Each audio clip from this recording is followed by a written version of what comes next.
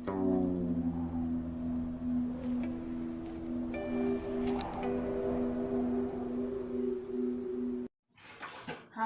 ngasidi thabi salad tawge.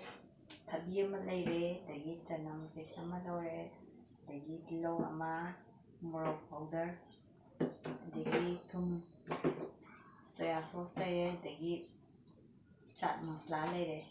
Bahaji hausi semba, thabi kokpa lore.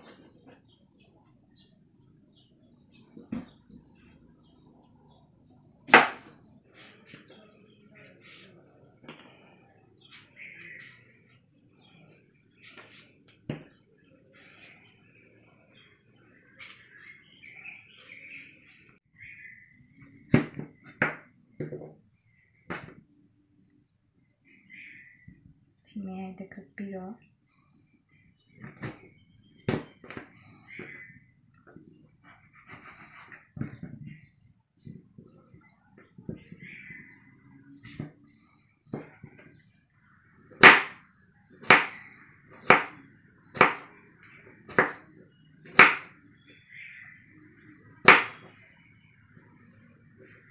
Thabi suba lore.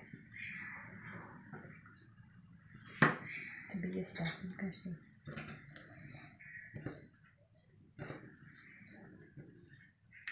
Dagi chanam ama kupna soya si.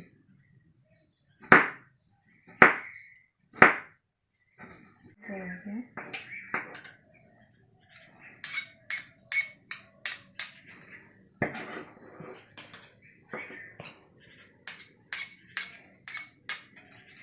Jangan HP mathagi thang sem tilau se mo kupna soijarage.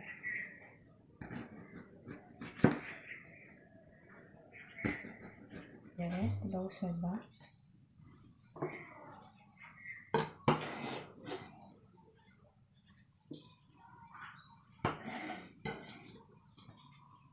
Soya sauce makum ama hapjarage.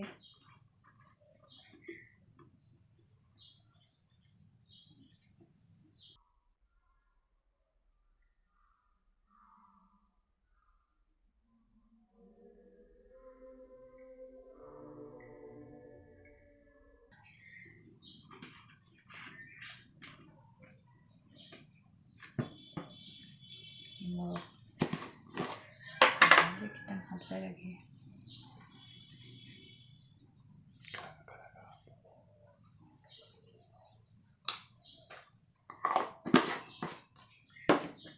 Gitu.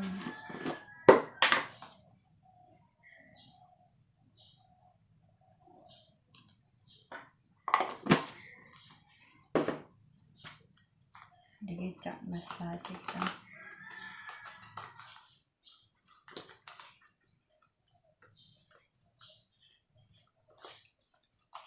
Coba sih mix lagi.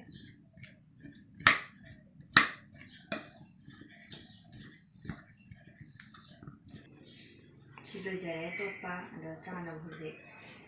Plate hapa sih.